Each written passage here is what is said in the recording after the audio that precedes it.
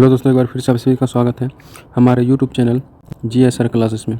दोस्तों, आज हम जो 20 अगस्त को सीटेट के एग्जाम होने वाले हैं, उन्हीं के तहत आज हम केंद्रीय शिक्षक पात्रता परीक्षा जो सीटेट 2011 के प्रीवियस ईयर का क्वेश्चन है, देखिए याद रखिएगा, क्लास 6 से लेकर 8 क्लास तक, इस क्लास सेकंड पेपर के लिए, यानी कहने का मतलब है कि कक्षा 6 और टू 8 के लिए जो पूछा जाता है क्वेश्चन, बाल विकास एवं शिक्षा शास्त्र का क्वेश्चन है, चाइल्ड डेवलपमेंट एंड पेडागोजी के क्वेश्चन है। तो दोस्तों अच्छी तरह देखिएगा, हम प्रत्येक वर्ष के प्रीवियस ईयर के क्वेश्चन लगाएंगे। दोस्तों वीडियो पूरा देखिएगा, जरूर आपको क्वेश्चन एग्जाम में हेल्प करेंगे, क्या कि देखिए किसी भी एग्जाम में प्रीवियस ईयर का क्वेश्चन बहुत मायने रखता है। तो दोस्तों, इससे पहले अगर आप हमारे चैनल पहली बार आए तो हमारे चैनल GSR क्लासेस को सब्सक्राइब कर लीजिए ऐसे ही वीडियो पाने के लिए। चलिए शुरू करते हैं। इसका पहला क्वेश्चन देखिए, कहता है, समझने का कोशिश कीजिएगा। देखिए क्वेश्चन कहता है कि पियाजे के अनुसार विकास की पहली अवस्था, पियाजे के अनुसार विकास की पहली अवस्था जन्म से लगभग 2 वर्ष की आयु के बीच के दौरान बच्चा डैश से बेहतर सीखता है।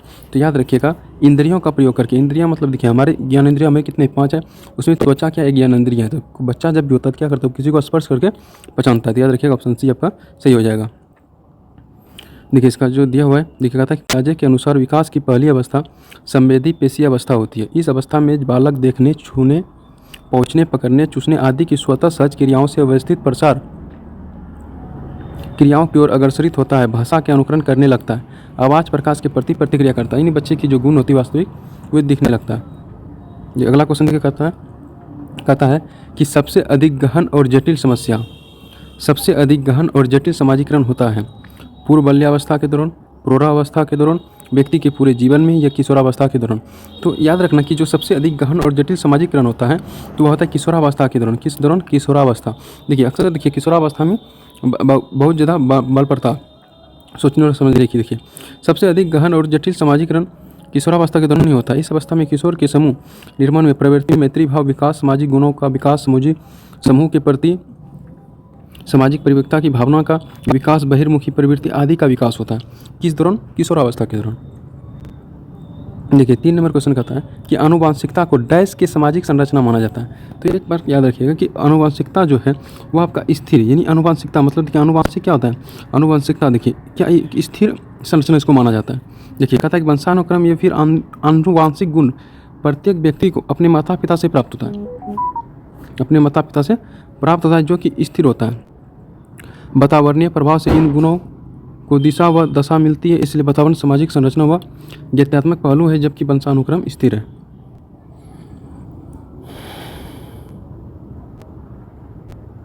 देखिए 4 नंबर क्वेश्चन आपका कहता है कि सीखने का वह सिद्धांत जो पूर्ण रूप से और केवल अवलोकनीय व्यवहार पर आधारित होता है, सीखने के डैश सिद्धांत से संबंधित है।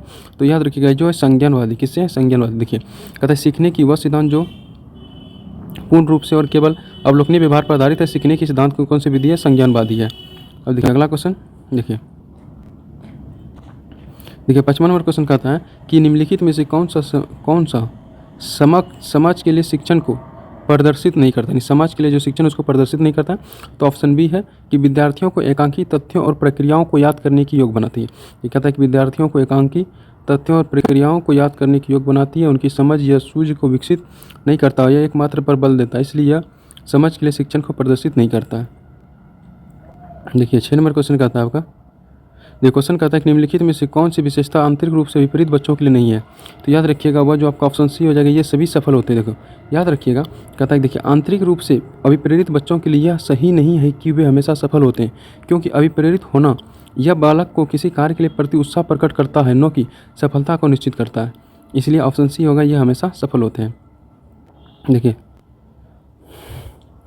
7 नंबर क्वेश्चन कहता है कि एक शिक्षिका अपनी कक्षा को प्रतिभाशाली बच्चों की योग्यताओं की उपलब्धि चाहती है, अपने उद्देश्य के प्रति प्राप्ति के लिए उसे निम्न में से क्या नहीं करना चाहिए। तो याद रखिए अपने उद्देश्य की प्राप्ति के लिए उसे जो निम्नलिखित में से नहीं करना चाहिए वह है, ऑप्शन 1 हो जाएगा कि विशेष ध्यान के लिए उन्हें समकक्षों से अलग करना। क्या कहता है कि विशेष ध्यान के लिए उसको समकक्षों से अलग नहीं करना चाहिए।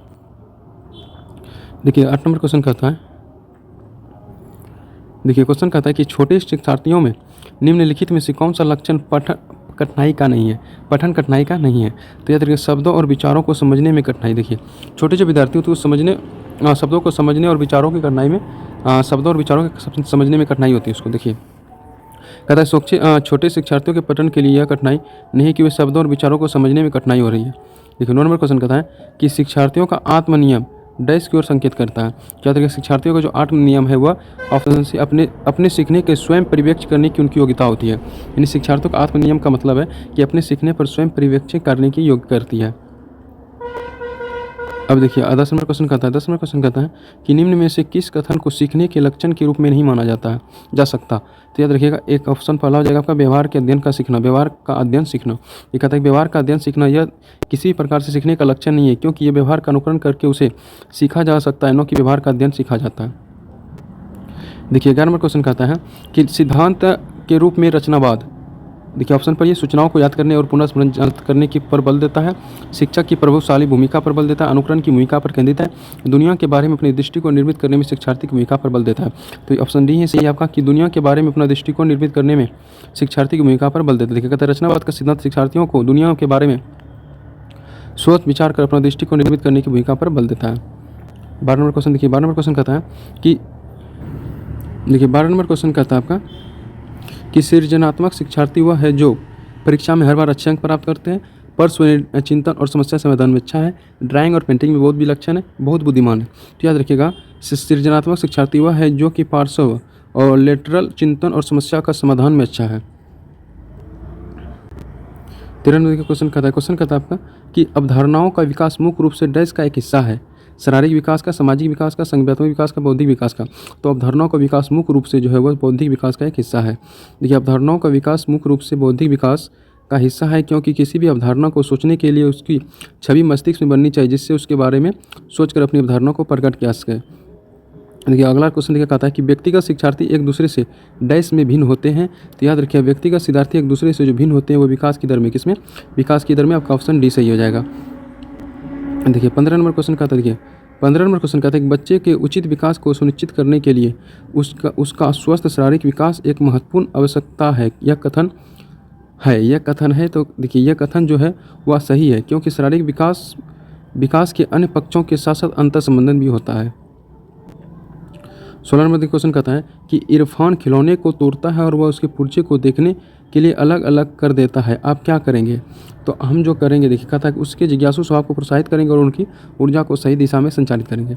उसे समझने के लिए समझाएंगे कि खिलौने को कभी नहीं तोड़ना चाहिए, इरफान को खिलौने से कभी भी नहीं खेलना देंगे, उस पर हमेशा नज़र रखेंगे। तो देखिए इनमें जो सही ऑप्शन है वो आपका ऑप्शन 1 है कि उसके जिज्ञासु स्वभाव को प्रोत्साहित करेंगे और उनकी ऊर्जा को सही दिशा में संचालित करेंगे। देखिए 17 नंबर क्वेश्चन कहता है कि बच्चे के विकास के सिद्धांत को समझना शिक्षक की सहायता करता है। शिक्षार्थियों को क्यों पढ़ाना चाहिए, यह औचित्य स्थापित करने में, शिक्षार्थियों की भिन्न अधिगम शैलियों को प्रभावी में संबंधित में, शिक्षार्थियों के सामाजिक स्तर को पहचानने में, शिक्षार्थी की आर्थिक पृष्ठभूमि को पहचानने में। तो ऑप्शन बी हो जाएगा कि शिक्षार्थियों को भिन्न अधिगम शैलियों को प्रभावी रूप से संबोधित करने में। 18 नंबर क्वेश्चन देखिए कहता है कि प्रत्येक शिक्षार्थी स्वभाव में, क्या कहता है? प्रत्येक शिक्षार्थी स्वभाव में विशिष्ट है। इसका अर्थ है कि कोई भी दो शिक्षार्थी अपनी योग्यताओं, रुचियों और प्रतिभाओं को एक समान नहीं होते हैं। देखिए 19 नंबर क्वेश्चन कहता है कि पुरुष स्त्रियों की अपेक्षा ज़्यादा बुद्धिमान होते हैं, यह कथन किसका है? यह कथन लैंगिक पूर्वाग्रह को प्रदर्शित करता है। देखिए किन्हीं दो वर्गों में भेद करना लैंगिक पूर्वाग्रह कहलाता है। 20 नंबर क्वेश्चन कहता है कि क्रिस्टीना अपनी कक्षा के क्षेत्र भ्रमण पर ले जाती है और वापस आने पर अपने शिक्षार्थियों के साथ भ्रमण पर चर्चा करती है, यह डैश की ओर संकेत करता है। तो यह सीखने के आकलन की ओर संकेत करता है। देखिए 21 नंबर क्वेश्चन कहता है, देखिए क्वेश्चन कहता है कि मानव विकास कुछ विशेष सिद्धांतों पर आधारित है, निम्न में से कौन सा मानव विकास का सिद्धांत नहीं है? तो याद देखिए मानव विकास का सिद्धांत तो नहीं है, वो प्रतिवर्ती नहीं है। आपका ऑप्शन बी कहता है कि प्रतिवर्ती मानव विकास का सिद्धांत नहीं है। प्रतिवर्ती शब्द का अर्थ है कि पुनः प्रारंभ करना, और मानव विकास का एक बार परिपक्वता प्राप्त करने से पुनः प्रारंभ नहीं करना। देखिए 22 नंबर क्वेश्चन कहता है कि निःशक्त बच्चों के लिए समव्यवस्थित कक्षा की केंद्रीय योजना का उद्देश्य डैश में निःशक्त बच्चों को शैक्षणिक अवसर पर उपलब्ध कराना है। तो याद रखिएगा नियमित विद्यालयों, किसको? नियमित विद्यालयों को। देखिए निःशक्त बच्चों के लिए सामूहिक विकास का केंद्र प्रयोजन योजना का उद्देश्य है कि निःशक्त बच्चों को शिक्षा का अवसर उपलब्ध कराना और वे नियमित विद्यालय आ सके। 23 नंबर देखिए क्वेश्चन कहता है कि निम्नलिखित में से कौन सा कथन सीखने के बारे में सही है? तो सीखने के बारे में जो सही है, सीखना देखिए कहता है सीखना उस वातावरण में प्रभावी होता है जो संज्ञानात्मक रूप से सकारात्मक और शिक्षार्थियों को संतुष्ट करने वाला होता है। ऑप्शन डी 21 नंबर देखिए 24 में क्वेश्चन देखा कहता है कि मूल्यांकन का मुख्य उद्देश्य होना चाहिए यह निर्णय लेना कि नया क्या विद्यार्थी को अगली कक्षा में प्रभावित किया जाना चाहिए, सीखने में होने वाली कमियों का निदान और उपचार करना, शिक्षार्थियों को त्रुटि निकालना, शिक्षार्थियों को उपलब्धि को मापना। तो देखिए एकमात्र जो इसमें से सही है वो आपका ऑप्शन बी है कि सीखने में होने वाली कमी और निदान, इसलिए उसका क्या करता है मूल्यांकन किया जाता है।